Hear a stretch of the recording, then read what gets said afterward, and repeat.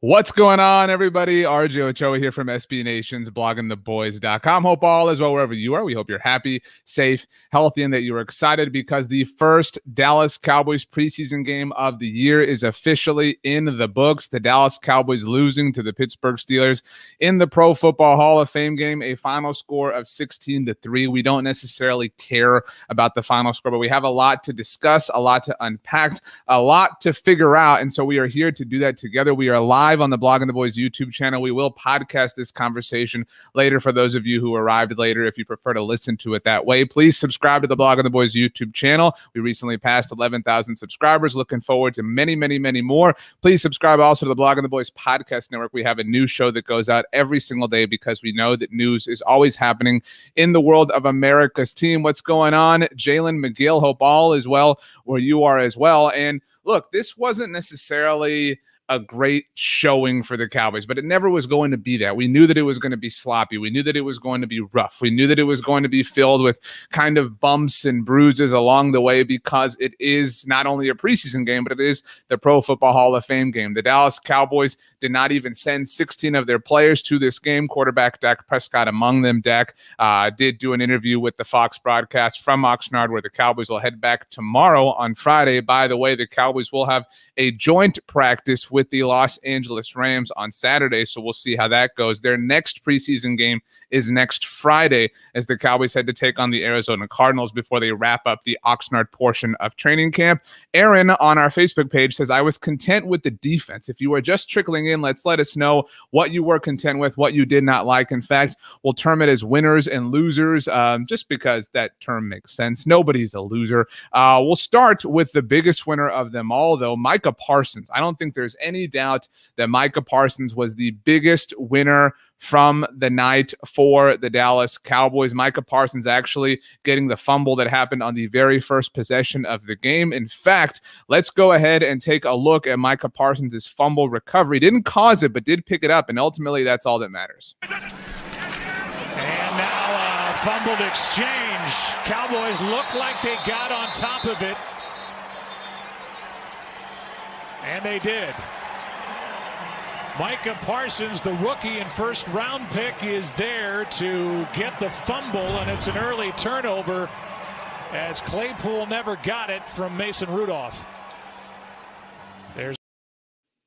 Randy Gregory seemed to be pleased with Micah Parsons picking up the fumble. Michael Scarn, hey, I think you've got a screenplay to work on, says Parsons is speed. Jalen McGill says loved Micah. There's no question. And that's really, I think when you look at the three takeaways from tonight's game, just in a grand sense, and we tweeted this out at the Blogging the Boys Twitter account, number one, Micah Parsons is awesome. Number two, Micah Parsons is awesome. It has to be said twice because this is a pick that a lot of us had a lot of issues with. A lot of that is because of the value associated with the fact that the Cowboys, I know they didn't pick him with a 10th overall pick, but it effectively was a top 10 pick. They've spent that on a linebacker, not exactly the most analytically driven usage of resources. And so we all had problems, but Micah, for what it's worth, is ultimately right now living up to the hype. And that is something that we really, really wanted to see as the preseason rolled on because Micah is seemingly somebody that's going to be at the center of this defensive rebuild. And so the fact that Micah is making us feel much better about the pick every single day. He already started as training camp began, as training camp has continued to flourish. This is a really big thing. The other thing, the other kind of big takeaway, big win from this game in general is that, there were no injuries. And that is honestly the most important positive takeaway. Let's see here. We've got Aaron says Parsons is a big win considering how the first round felt going into it. Totally agree with you.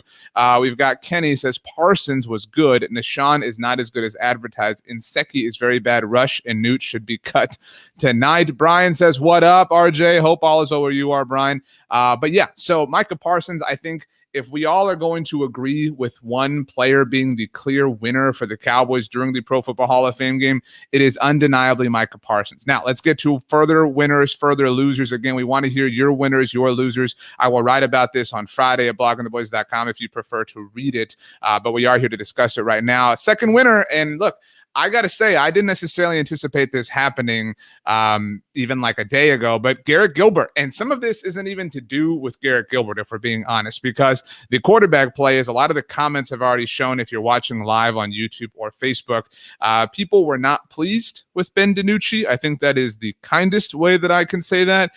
So part of this is just a win by association for Garrett Gilbert in terms of the fact that he has not Ben DiNucci. That really helped Garrett Gilbert's stock. I don't think that there was any doubt entering this game, entering Thursday, that Garrett Gilbert, was QB2 for the Cowboys. I think he played well. He played all right. I don't think he was amazing, but if we take a look at the Cowboys quarterback stats for the night, Garrett Gilbert finishing 9 of 13 for 104 yards. Respectable, right? Like, I don't think nobody's like freaking out about this. Jesse says not impressed. That's fine. It's all good. Kevin G says DiNucci trash. Yeah, I get it. Ben DiNucci, you look 7 of 17 for 89 yards with the lone interception. And honestly, that 7 of 17 feels a little bit more kind. Cooper Rush, 8 of 13 for 70 yards. Jared says, here it is. Jared, in comparison, Gilbert definitely won the backup, but he had some moments that looked decent. That's the thing. I mean, like, he did win the back. Like, again, I don't know that it was up for debate. I don't know that there was a competition for QB2 with the Cowboys, but if there was, it is definitely Garrett Gilbert's now. As Miguel says, Gilbert is the winner. We've all been saying for a long time now throughout camp that the future backup quarterback of the Cowboys might not even be on their roster at the moment. Joe Buck said that during the broadcast. I thought that was very interesting. But yeah, so Garrett Gilbert, a winner for the Cowboys on Thursday night in the Pro Football Hall of Fame game. Albert says, I would like to see more production in the red zone. Totally agree with you. I like that you capitalize the red zone too, Albert. Not a good night for Hunter Nicewander, the field goal kicker. We'll get to that too. If you want, we'll go to, I think we kind of have to go to losers. Or this particular loser will bounce around. So far, 2 winners. We've got Micah Parsons and Garrett Gilbert. I would love to say, I'm going to try to be as kind as possible, but Ben DiNucci is the clear loser of the game. And I think this is important context. If you were expecting, like, I know we have a lot of fun, and I know we're guilty of this at Blogging the Boys with Twitter and social media. The Nooch, it's a great meme, right? Like, there's no doubt about it. By the way, he was wearing a sick helmet. I've never seen a helmet like Ben DiNucci was wearing tonight. It was perforated all throughout. It looked like we got a response on Twitter, like one of those cheese graters. But if you were expecting something legitimate from Ben DiNucci, I don't know where you got that from. Now, what I will say is I was interested to see Ben DiNucci because we knew that he was not going to fare well last season in Philadelphia because he wasn't ready to play, against regular NFL players. And so this was a competition level that was more his speed. And so he definitely stood a much better chance in this particular contest against, the backups, third strings, fourth stringers for the Pittsburgh Steelers. But he still was not anything to get excited about. Aaron does agree that the helmet was sick. I agree with you. Skeptical fan, Ben sucks. Yeah, I mean, look, it was a rough night for Ben DiNucci. Christopher Lopez says DiNucci is not ready and should be on the practice squad, not a roster spot. Totally agree with this. If the Cowboys are burning a roster spot for Ben DiNucci or Cooper Rush, for that matter, I think that they're really kind of wasting not just time, but energy and resources, and ultimately losing somebody else who can contribute to the roster in a different way. So Ben DiNucci, the clearest loser. Sorry, Ben. The Nooch meme is fun, though. At least we have that, and you have the cool helmet, so congrats. Let's go to another loser. This was kind of a late addition to the loser category. Reggie Davis. If you watched all the way to the end, number 1, congratulations. You were a true fan. Number 2 had the muffed punt. Not great. If you are a down-the-roster wide receiver and you were trying to make a football team in the preseason, you cannot make a mistake in general, let alone a mistake when you are all alone. There's nobody you can blame. We got some, when we tweeted out asking for winners and losers, some people saying Simi Fehoko, just because he had some rough moments. Now, it's hard, admittedly, for Simi to look good when Ben DiNucci's the person throwing him the ball. But Reggie Davis's whoopsie-daisy is all on Reggie Davis. Really kind of a backwards moment for him. He had done, had a really great training camp so far, but something like that is really difficult to overcome. I do think that we'll probably hear from Reggie Davis on Hard Knocks. I think, that's generally, if you watch Hard Knocks, you kind of hear some sound clips, some sound bites from that on the following week's episode. So we'll look forward to that on Tuesday. By the way, if you enjoy these live streams, we will be live after every single episode of Hard Knocks this season. So we're going to have some good times on Tuesday nights. Jeremy says, muff, punt, end of NFL career. Miguel says Davis just signed his ticket out. Yeah, it's it's tough. I mean, you can't muff a punt like this. So we've got 2 winners, 2 losers. If you're just joining us, welcome. First of all, subscribe to the Blog on the Boys YouTube channel. Like us on Facebook, wherever you're watching this. We're going through our 5 winners, 5 losers of the night from the Cowboys' preseason loss to the Pittsburgh Steelers. So far as a winner, we've got Micah Parsons, the easiest decision to make. We've got Garrett Gilbert as a winner. And our 2 losers so far, Ben DiNucci and Reggie Davis. We've had some people chirping up for this. He is a friend of the show. Our 3rd winner, Israel Mukuamu, looked good, I thought. I mean, this was a nice debut game for Israel Mukuamu. We saw some of that length. We saw some nice PBUs. And by the way, if we're talking about gear, talking about Ben DiNucci's helmet, Israel Mukuamu looks sick with all the wristbands. I mean, that's like a true classic safety. But, all that aside, this was a nice debut game for Israel Mukuamu. As Big Red 243 agrees, so does Lasay Williams with some fire emojis. Look, if you are going into this and you think that anybody who's a later round draft pick, anybody who's further down the roster is going to like really impress and really jump out, that's not going to be the case. We're looking for incremental growth.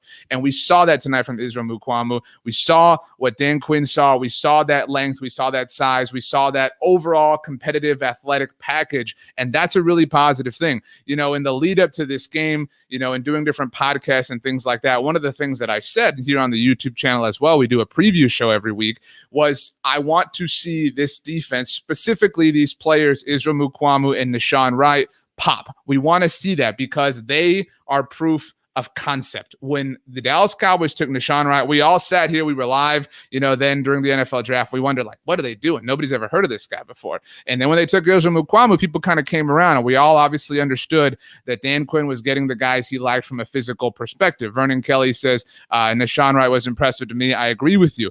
But we need to see it, right? We need to see it to fully believe, to fully agree that this is something that's going to work out for the Cowboys. And so seeing it really justifies that Dan Quinn's vision for the Cowboys is headed in the right direction. Baru Wedding says, hard agree on Mukuamu. I thought he had a good game. Also says, been rooting for him since his moment of draft video. Definitely somebody who's easy to root for. If you haven't seen it yet, go back on our channel and watch. We interviewed him the day after he was drafted, and he was just so much fun. Lots of people mentioning Nahshon Wright. We do not have him as a winner, but Nahshon Wright did play well. Because look, if it's 5 winners, 5 losers, you got to have the cutoff point somewhere. But Nahshon Wright did play well. Can't believe the Chase Claypool catch was not called a push-off. That's a push-off if I've ever seen one in the NFL. I tweeted a clip of that, or rather a graphic of that. But that will come. Nahshon Wright, hey, and Chase Claypool, he's hard to guard. We all know that. But congratulations to Israel Mukuamu, one of our winners. Let's go. Let's go with another loser. Okay, we've got Ben DiNucci as kind of the captain of the losers right now. We have Reggie Davis, and this one's tough. This is a little bit frightening. I saw a great tweet during the game from the Athletics' John Machota about how it really is amazing how badly the Cowboys need Tyron Smith and Lyle Collins in terms of their endeavors to have success. There's no doubt that Tyron and Lyle mean so much to the Cowboys and what they want to do and what they want to accomplish. So we all know, obviously, that they're both coming off of injuries, and so we all know that security for them from a depth perspective is very important. We all know that the Cowboys did not necessarily have that last year in Brandon Knight or in Terrence Steele in terms of, again, the 2020 season specifically. So we all had a high level of hope that Ty Nsekhe was going to be somebody that would help stabilize things as a potential swing tackle. Not on Thursday night. It was a rough night, I thought, for Ty Nsekhe, as Big Red agrees. I just, it was not what you want to see. And it would be one thing if we were having this conversation after the 3rd preseason game, because there's now obviously 4, even after the last one. But the fact that Ty Nsekhe is already kind of giving us hesitation is a little bit concerning. He was signed to be that swing tackle player. He was signed to be that extra point of depth, that bridge, so to speak, between whether you believe Terrence Steele and Brandon Knight are tackles of the future for the Cowboys and, this current point in time. But it was not a great debut game as a Dallas Cowboy for Ty Nsekhe. I had a lot of horrible flashbacks, as I'm sure you did, as seeing number 79 tackle for the Cowboys just stand there while their quarterback got sacked. Gave me lots of shades of November 12th, 2017. So, yeah, if you don't know what that was the day of Adrian Claiborne. So, sorry I had to bring that up. But Baru Wedding says, I did not have faith in him. He's a 36-year-old journeyman. Yeah, I mean, definitely not something that, I think, inspired a lot of faith. But still, it made some sense. And the Cowboys only had so many resources. And so there was some reason to be hopeful in this, but Ty and Secchi not off to the right start with the Dallas Cowboys. Melvin says Candy was solid. I think talking about Maurice Kennedy, we do not have him as a winner, but it was a really nice game for Maurice Kennedy and a really, really nice debut game early for Maurice Kennedy because, again, we've talked so much about how Micah Parsons opted out last season in Penn State. Maurice Kennedy, I think his journey gets forgotten with the Cowboys. I do kind of like the nickname Candy, by the way, for him. But Maurice Kennedy did not play a lot with the New York Jets. The Cowboys signed him last year after Mike McCarthy first took over. Pro Football Focus thinks highly, or rather thought highly, of his 2019 season from an overall defensive grade perspective. And so he was an interesting player, an interesting kind of case study with Mike McCarthy's devotion to analytics. And so it was going to be really interesting to see how he played out last season, but obviously he opted out. And so for him to come in and play this well early on, it's really encouraging. He had some really great almost moments. And I know that, almost only counts in horseshoes or whatever it is, but in the preseason, almost moments matter, and almost moments are indicative that there is something there to really like and to really be hopeful and optimistic about. So look, Maurice Kennedy, not a winner again, but I think somebody that, we should feel really good about moving forward. But yeah, by the way, Jaime says, got my hat today in the mail just in time for the game. Thanks, RJ. Jaime, one of our winners after we passed 10,000 subscribers here on the Blogging the Boys YouTube channel. We will do giveaways like that as we continue to make milestones, or rather past milestones. So thanks a lot, Jaime, for being a viewer. So let's get to another winner on the list. So far, we've got Micah Parsons, Garrett Gilbert, and Israel Mukuamu. Rico Dowdle. I think Rico is a winner. And if you don't think that, why? Or what do you think here? Rico Dowdle, let's hear your thoughts. If you're watching on YouTube, if you're watching on Facebook, we are podcasting this conversation after the fact. So if you're listening to the podcast, you can still shout it out loud wherever you are. But Rico Dowdle, I thought, played well. We know that this backfield belongs to Zeke Elliott. We know, obviously, that Tony Pollard is going to be the guy that supplements him. But Rico Dowdle is making a case to be on the roster as well. Eric Montoya says Rico RB3. Matthew Davis says, I loved Rico. Again, it was a really, I think, nice debut game for Rico Dowdle. Led the team in carries, 8 of them for 43 yards, 5.4 yards per carry. Not a large sample size. We're talking about 8 yards. So, nothing to totally freak out about yet. Ben DiNucci, as you can see, was the team's second leading rusher with 2 attempts for 17 yards. Some of that inflated near the very end, the penultimate play of the game for the Cowboys. Brendan Knox, 4 carries, 12 yards. Tony Pollard only had 2 carries for 9 yards. But so I think Rico Dowdle definitely, it's hard to say anybody cemented their place on the roster after the first of 4 preseason games. But, he went a long way. You need that guy. Alex says Dowdle ran hard. He deserves to be number 3. Totally agree with you.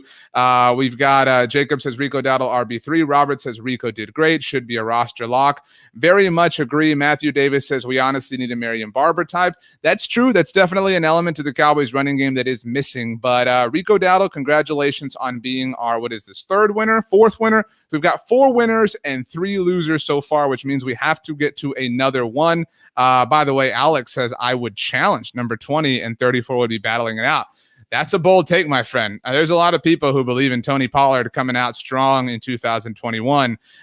So, hey, if that happens, look, I'm down to feed everybody, feed all the running backs, let everybody have their share of touches, because that's an effective way to play in the NFL. Just ask Kyle Shanahan. By the way, on the subject of Kyle Shanahan, it was interesting. If you didn't watch the broadcast, John Lynch, not Kyle Shanahan, but obviously the general manager in San Francisco, happened to be in the booth with Troy Aikman and Joe Buck when Simi Fehoko was targeted. He mentioned that the 49ers had some interest in Simi Fehoko during the 2021 NFL draft. So, hey, that's cool. But, Magic says Rico is nowhere near Tony Pollard.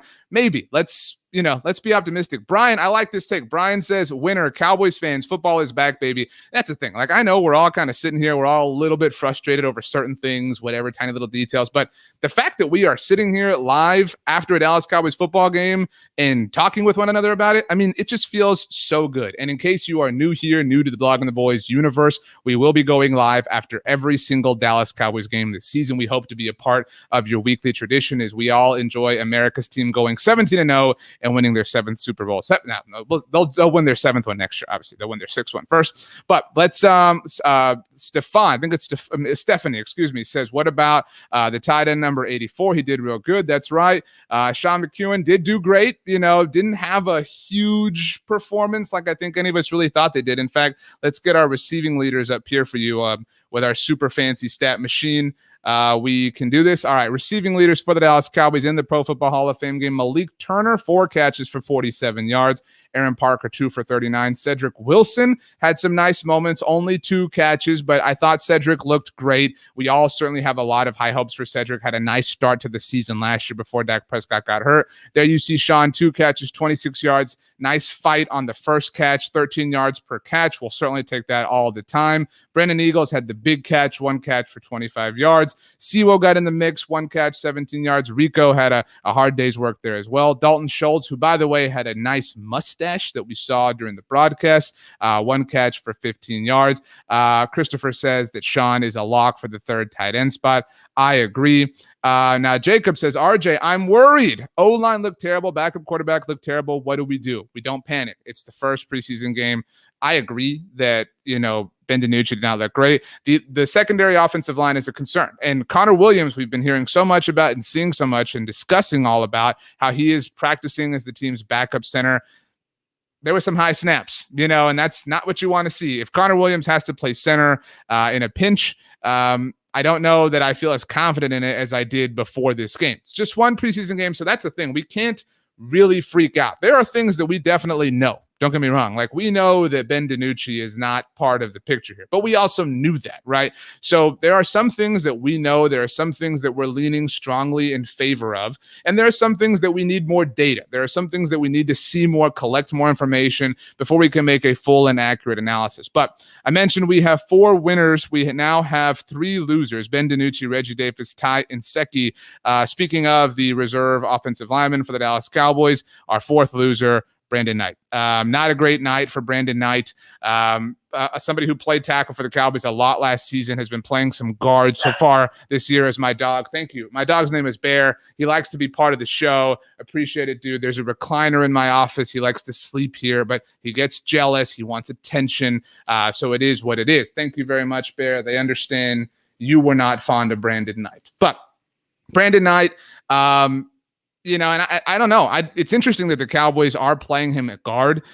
Just seeing where he lines up. He's still really young in his NFL career. He's entering his 3rd season, so there's no way we can totally make a huge, again, determination off of who he is. But it was not a good night. And Brandon Knight is kind of emblematic of this idea in general, as Magic Garden says. Hi, Bear. Appreciate it, Bear. There you go. You got your attention. We've got Melvin says Brandon Knight declines every season. And that's tough, for an undrafted free agent. You're not going to stick around all too long. Alex says Knight is terrible. Just give Alarcon from Mexico reps. Isaac Alarcon, part of the NFL's International Pathway Program. We get a lot of questions about him. I live in the Rio Grande Valley in Texas, so I get a lot of questions about him locally here. Is from Mexico, and certainly a great story. Rooting for him. I wouldn't bet, but I would think that the Cowboys the Cowboys are afforded an extra roster spot for him on their practice squad because of the rules associated with the NFL's International Pathway Program. So the Cowboys can keep him on their practice squad at no cost. And so that's, when you say no cost, that's kind of the way the Cowboys like to roll. So I do ultimately think that they will lean in that direction. But I definitely want to see Isaac get some more reps. I definitely want to see him active in the preseason. I definitely, at this point, would like to see him over Brandon Knight. I do think that we have, seen enough from Brandon Knight. And I agree with Kevin that Isaac did fine at guard. I mean, there's no harm in this at this point. Like, there's no high level of attachment to Brandon Knight. There's no reason the Cowboys should, feel like they have to keep going down this path. And that's, I think, what the troubling thing, that's why the Ty Nsekhe being a loser thing is so concerning, because outside of Ty Nsekhe and Brandon Knight, your only option if Tyron Smith or Lyle Collins go down, and some people would say that isn't an if question, that's more of a win question, is Terrence Steele. And so that's tough cookies if you're dealing with a reality where Terrence Steele is your go-to in the event of an emergency, because that is likely going to be an emergency that ultimately shows itself because of the state, that Tyron Smith and Lyle Collins are, or not the state, but the stage they're at in their NFL careers, not just in general, but now that we are at a point where there are 17 games in the regular season as opposed to 16. Baru Wedding says, Alarcon seemed to have a good night. I agree off the first watch. Obviously, all of us have only seen the game once off the TV copy. We will definitely, if you're, again, new to the Blog on the Boys stratosphere, we will definitely have some analysis that comes out in the coming days as we take a deeper dive, as we rewatch the game a couple of times. We'll definitely discuss Alarcon. We'll definitely discuss some offensive line options, because it's clear that is a weak and shaky point for this team, and that was really obvious even in their first preseason game. David Medina says Josh Ball too. Josh Ball didn't even make the trip, for this game. The Cowboys spent a 4th-round draft pick on him, somebody who had a lot of off-the-field concerns, and so the fact that he's not even involved in it is concerning from just a football standpoint, let alone everything that he has going on off of the field. As mentioned, Magic says pushing for Alarcon. Couldn't agree with you more. So we now have 4 winners, 4 losers as I take a swig of my root beer. This is not a sponsor of us. It's just delicious. I highly recommend it. My wife gets these from me. They are diet A&W root beers. Therefore, they have no calories. When you sit at a desk all day, it's nice to have something that is no calories. But we need a 5th winner. So far, if you joined us late, our winners from the Cowboys preseason debut game, Micah Parsons, Garrett Gilbert, Israel Mukuamu, Rico Dowdle, and a lot of you were chirping up about him so far. Quinton Bohanna. I thought that Quinton Bohanna had a really nice first game for the Cowboys. We didn't see any big splash plays, nothing that's going to be a highlight. In fact, this was a game really void of highlights in a lot of ways. By the way, we will be doing highlight videos for you every week here on the Block of the Boys YouTube channel. If it isn't obvious, we're working our tails off for you because we love you and we want to do that. And we're excited. I mean, it's football season now, and that's a really exciting thing. But so there were not a lot of splash plays, but there were a lot of moments to sound like a coach, I guess, or, the coach in the case of Jason Garrett, who apparently wants to go by coach. I thought that Quinton Bohanna showed a lot of hustle tonight. I thought that Quinton Bohanna really was active. We saw a lot of that athleticism. We saw a lot of him chasing to get back into plays after things got behind him. And that's not something you necessarily see from your true traditional one-tech defensive tackles. And so we've heard a lot about how athletic he is. We saw it obviously at Kentucky. We know that there's a lot of that within Quinton Bohanna. So it was nice justification on the draft process to ultimately see that play itself out. We've got Baru says, yes, Bohanna. We've got Rama Blue says Bohanna with a couple of exclamation points. Gary Ross says Bohanna had like a tackle for like a 5-yard loss. We've got Melvin says Bohanna drew multiple double coverages. And Brian says, especially at 330 plus, dude looked fast. ACO says Bohanna was fast. The first touchdown that Pittsburgh got, Bohanna got through. Obviously didn't make the tackle, and the touchdown happens, and so people kind of overlook that play. But that's something, again, when we rewatch, I really think we'll be even more impressed with Quinton Bohanna. I think he really, really stepped up and really this defensive tackle rotation is interesting because I think we all believe that Neville Gallimore is the best defensive tackle on the Cowboys roster, right? Like that's not a controversial statement in any sense. And so after that, we're looking at who's number 2 because Tristan Hill still on the PUP list and a candidate to start the season, the actual regular season on the PUP list. We didn't see a lot of Brent Urban tonight. I think that was a little bit disappointing. Not that it's Brent's fault, but he's somebody who I think we've all been kind of waiting to see flash through camp and whatever at this point. And so, the snaps are going to be there for Quinton Bohanna, and I agree with Lemon Highlight says Osa was pretty good. Osa Digizua had some nice moments too. I mean, we can only pick 5 winners. And so that's the case here. So Bohanna's kind of repping for this year's rookie defensive tackle draft class. But I mean, this is encouraging. I mean, the Cowboys refused for so long to invest at the defensive tackle position. And we've seen now over the last 3 seasons, 2019, 2nd round draft pick Tristan Hill. Granted, that's in flux right now. Last season, 3rd round pick Neville Gallimore. This season, 3rd round pick Osa Digizua. Then you get Quinton Bohanna later on. So now all of a sudden, this position group is really ripe with young talent. And the fact that we're seeing it really showing itself is encouraging. D. Oppresso Liber, interesting name. I like that. It says D-line depth is fine.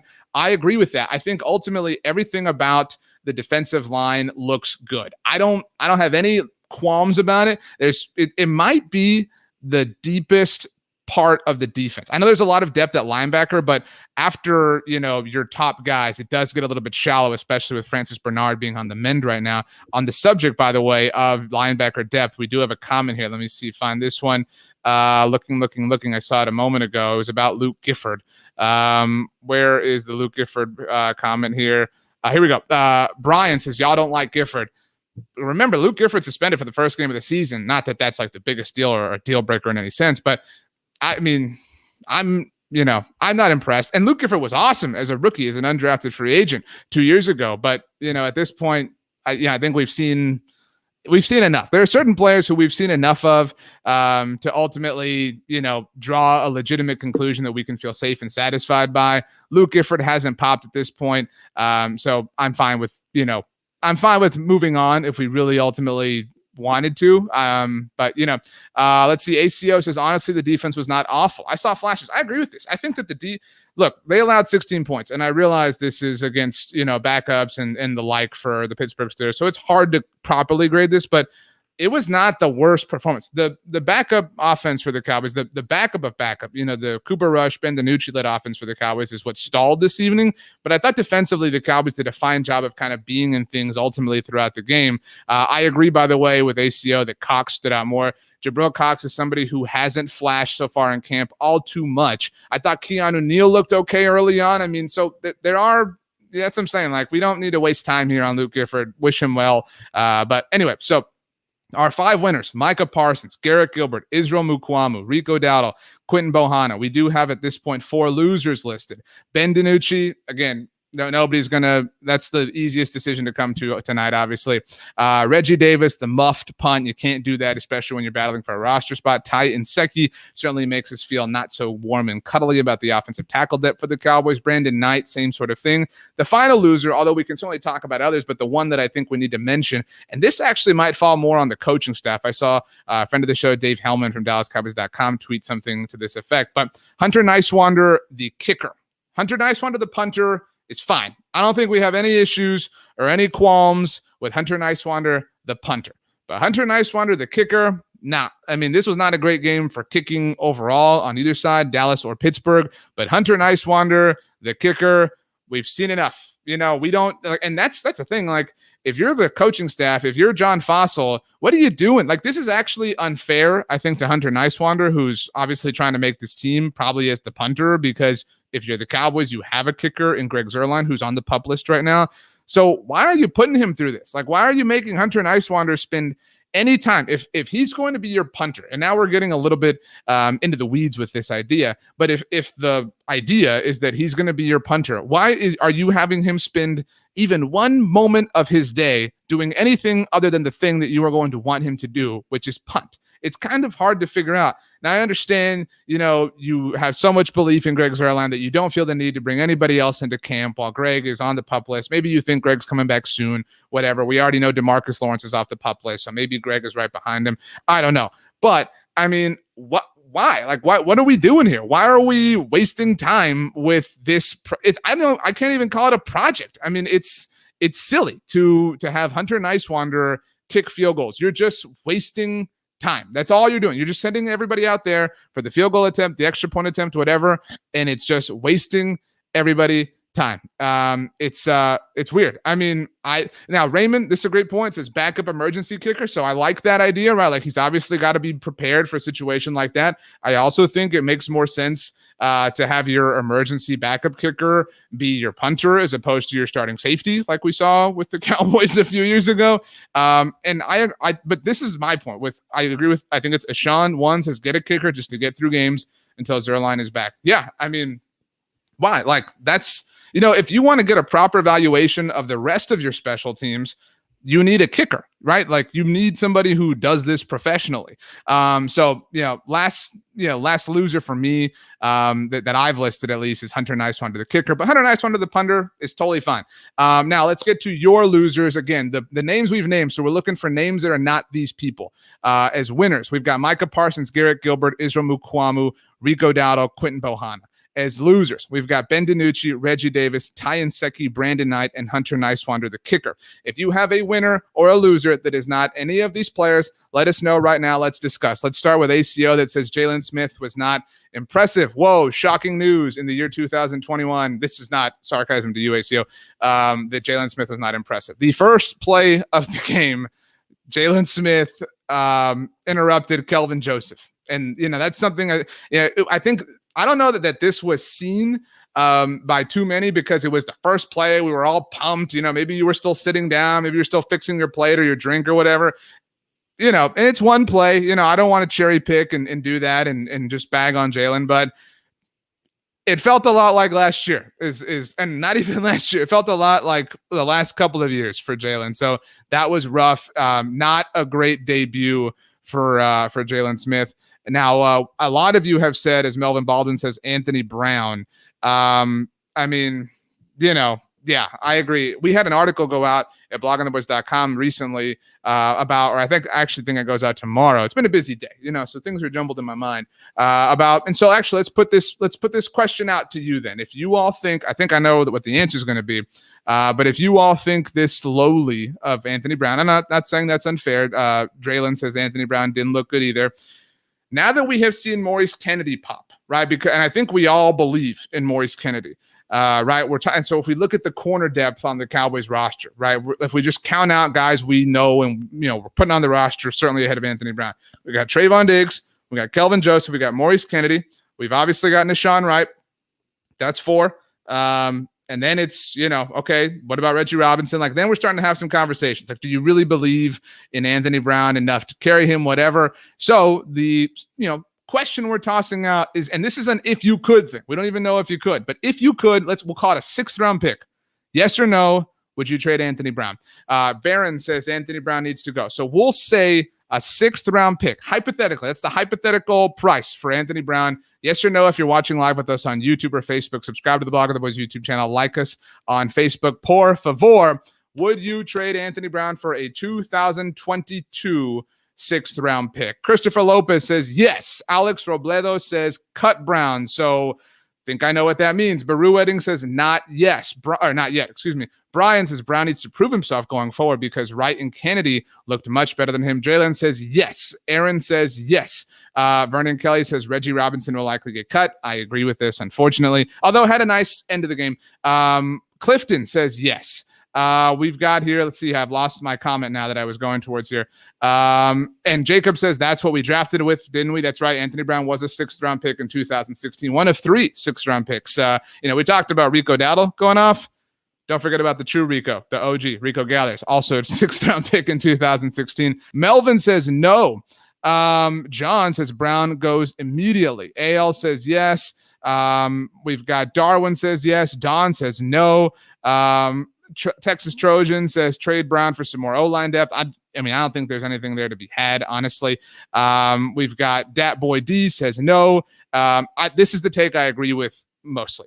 Jose says no. With an extra game, you need as many cornerbacks as possible. We have seen the Cowboys be challenged from a depth perspective. Last year, by Football Outsiders' adjusted games lost metric, which calculates the number of games that each team lost due to injury. Last year, obviously, a unique season with teams losing players due to being on the COVID list. But the Cowboys lost the 2nd most games in the NFL due to injury last year. Now, there is some standard, normal regression to the mean that will ultimately happen here in 2021, but that is proof. We have just lived, recent proof of how quickly you can be challenged from a depth perspective. And by the way, Dustin says Kyron Brown had some flashes. ACO, I think, puts it well. Brown is serviceable. I would keep him. That's the thing. Like, I get that you're frustrated with him. You, the viewer, whoever you are, you're very special to me. But I don't think that it's worth. Now, he's in line to start at the present time, and that's concerning. By the way, Troy Aikman on the broadcast, love Troy, love to see him wear the gold jacket, love to see all the moments and everything that happened tonight. I have no idea what depth chart Troy saw where he said Nashawn Wright was listed as a starter. The Cowboys did release an unofficial depth chart ahead of this game. Nashawn Wright was not listed as a starter, so that was an interesting moment from Troy.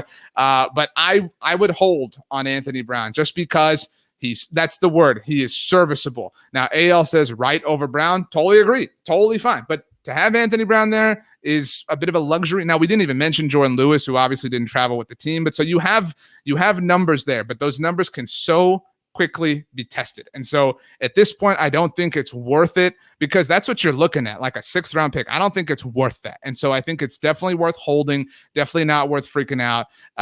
So John, 6005. John has inspired an interesting question. So John is in the running for our MVP this evening.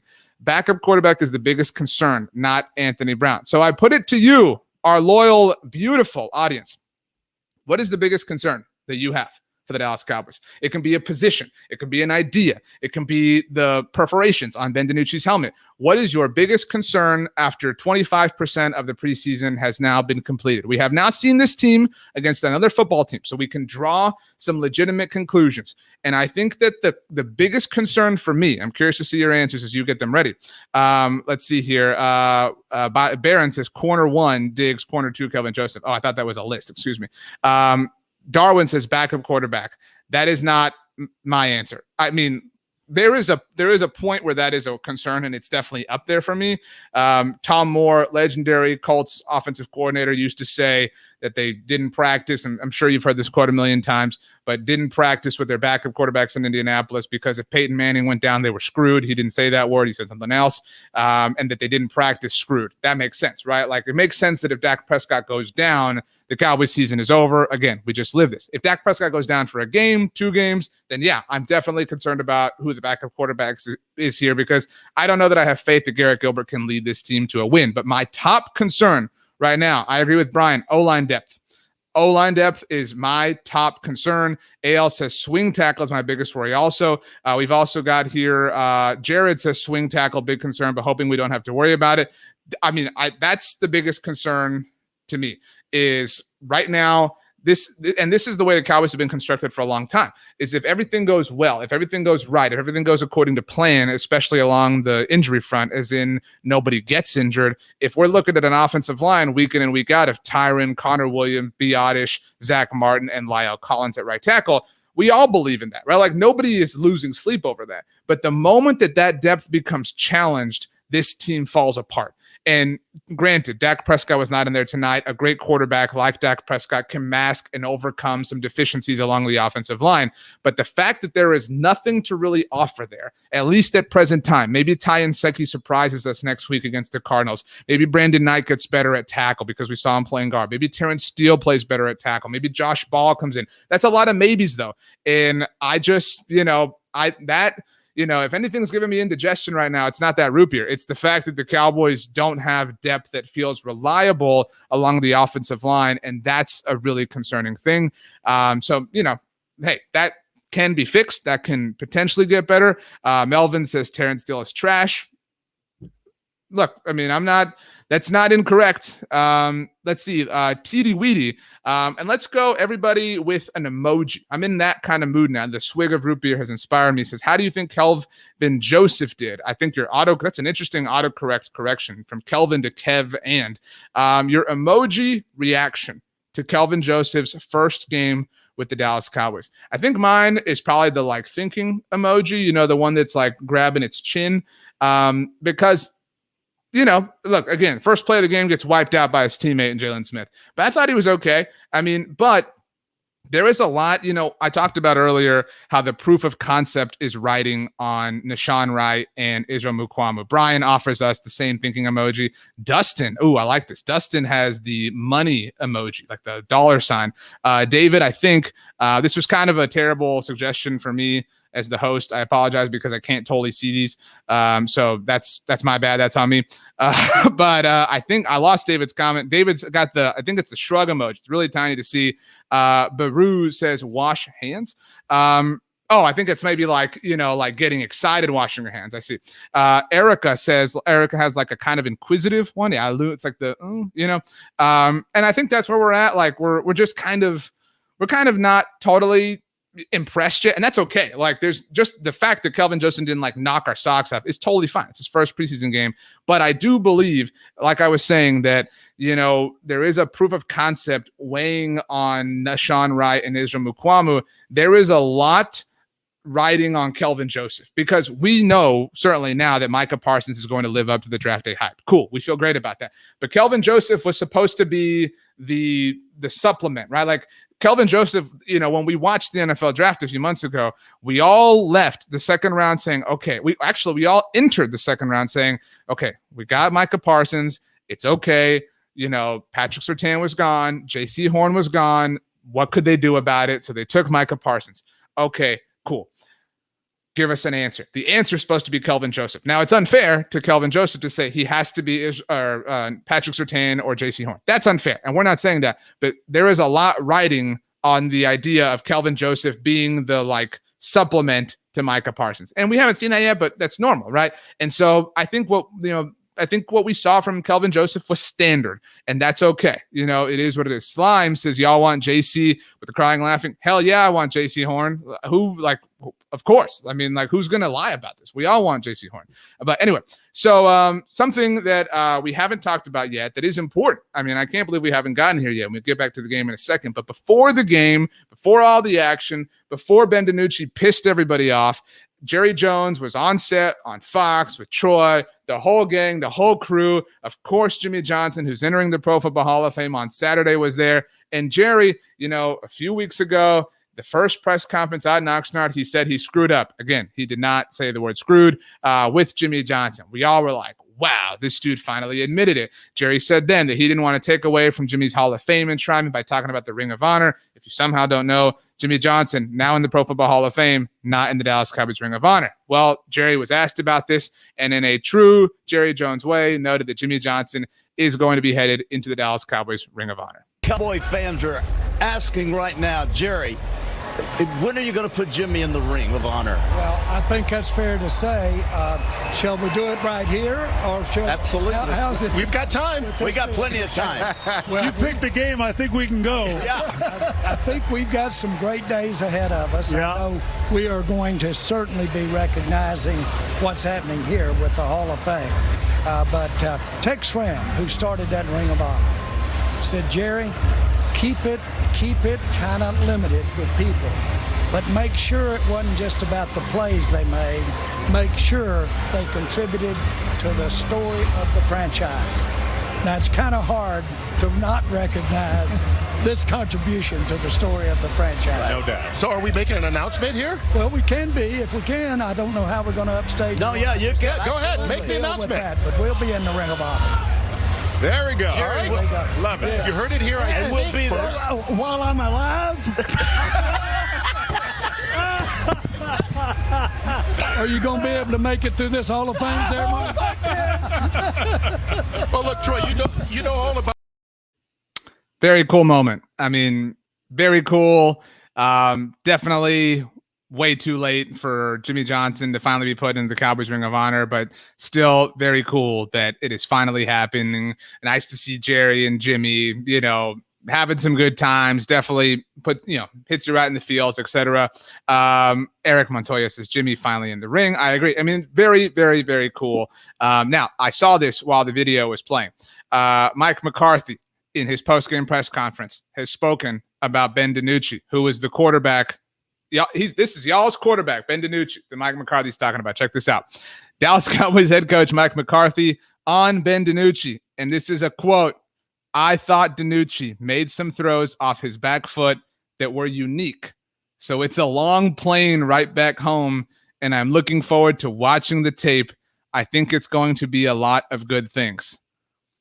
I can tell you right now, Mike, it ain't going to be much of that. I can tell you, Mike, that it is not going to be what you think. I think that that is a very kind and empathetic way to describe Ben DiNucci, to say it was unique. Now, I know we're all having fun with this. Mike McCarthy's not about to trash a quarterback on his team, so let's be clear here. If there's no way, and obviously, we all heard the story last year that Mike McCarthy, Ben DiNucci connected, the Pennsylvania thing, meeting him at the Omni, whatever. I don't like to say this, what this comment says, but I think this is fair. Chariot transportation, DiNucci doesn't belong in the NFL. Again, I really don't like to say that about players, but this is rough. Very, very, very rough indeed. look, again, it was fair to assume that there was more to come from Ben DiNucci after last season, right? Like, because, I mean, look, the guy was a 7th-round rookie in a COVID season, with nothing, no preseason, no camp, whatever, blah, blah. And so the fact that he's had all this time now and isn't in a better place is disappointing. John, with a question I don't think any of us can answer. Who are the worst players in camp besides DiNucci? It is possible that DiNucci is the 90th best player on the Cowboys roster. I think that's the way I want to put it. Alex, who's working hard for us, says, I'm rewatching the game, specifically the O-line and the left side with Alarcon seems to be doing a lot better than the right. I think DiNucci needs time behind the ones. He did better in the hurry up. Now, to be clear here, so nobody jumps on Alex. Alex is saying that Ben DiNucci running for his life is not helping the cause. But Ben DiNucci being afforded the benefit of the starting offensive line, having that time to process, having that time to think, could definitely go a long way. I can see that argument. I just don't think that opportunity is going to come. I think that now, if we have fully line in the sand, drawn any conclusions off of the first Pro Football Hall of Fame or the Pro Football Hall of Fame game, the first preseason game, which is a dangerous thing to do. It's very dangerous to say we're just going to completely make up our minds about certain things. I think there are two of those things that we can fully, completely now settle in, block and cement, build a brick house around. The first of those things is that Ben DiNucci is not long for this team, but Ben DiNucci will obviously, be on the team for the duration. And look, you need that camp arm, and that's okay, and if he wants to be or he's on the practice squad, that's fine. I mean, there's no harm in that. But yeah, not part of this roster like he was last season. I think that is something that we have definitely learned. I want to kind of put the final bow on things with this. The most important football thing that we learned on Thursday night, while we know, obviously, that, there were no injuries, and that's definitely the most important thing, the most important thing is that the winner of all winners was Micah Parsons. That's the most important thing, because this proves that the first-round pick, the biggest resource that was spent this offseason, a top 10 pick, because when we went into the draft, we said you have a top 10 pick, Cowboys. You have to come away with somebody who is going to make your team special. That is the challenge with a top 10 pick. And it seems like the Cowboys have done that with Micah Parsons. We played it earlier in the stream. I'm going to play it for you one more time. The fact that Micah, look, I know he didn't cause the fumble, but the fact that he recovered the fumble is very encouraging, a very positive step in the right direction. And now a fumbled exchange. Cowboys look like they got on top of it. And they did. Micah Parsons, the rookie and first-round pick, is there to get the fumble, and it's an early turnover as Claypool never got it from Mason Rudolph. That's enough to feel good. That's enough to feel like this was a good day. It was a good day. The Dallas Cowboys played a football game today. And so, we're going to figure all this stuff out. We're going to get back on the grind. The Dallas Cowboys are traveling on Friday. They'll have a practice with the Rams on Saturday. We'll recap it for you here on the YouTube channel. They'll be off the next 2 days. And then next Tuesday, the premiere of Hard Knocks, we will be here after every episode. As soon as every episode ends, we will go live, have a discussion. So we hope that you join us. We hope that you subscribe here to the Blog on the Boys YouTube channel. We will be having post-game live streams every single Dallas Cowboys game. So look forward to hanging out with you all throughout the season. This has been so much fun. I'm so happy that football's back. I'm sure you are as well. Once again, I'm RJ Ochoa. You know me from Blogging the Boys. You can follow me on Twitter or Instagram at RJ Ochoa. We'll have lots of articles out at bloggingtheboys.com on Friday, recapping, discussing, analyzing what we saw on Thursday. And then next week, guess what? We'll do this whole song and dance all over again because football season is back, baby, and we're super pumped about it. So with all that being said, do me a favor. All right. Do me a favor and have the absolute best day of all time. All right. You know why? Because you deserve it. Thanks for joining us, everybody. We'll see you next time.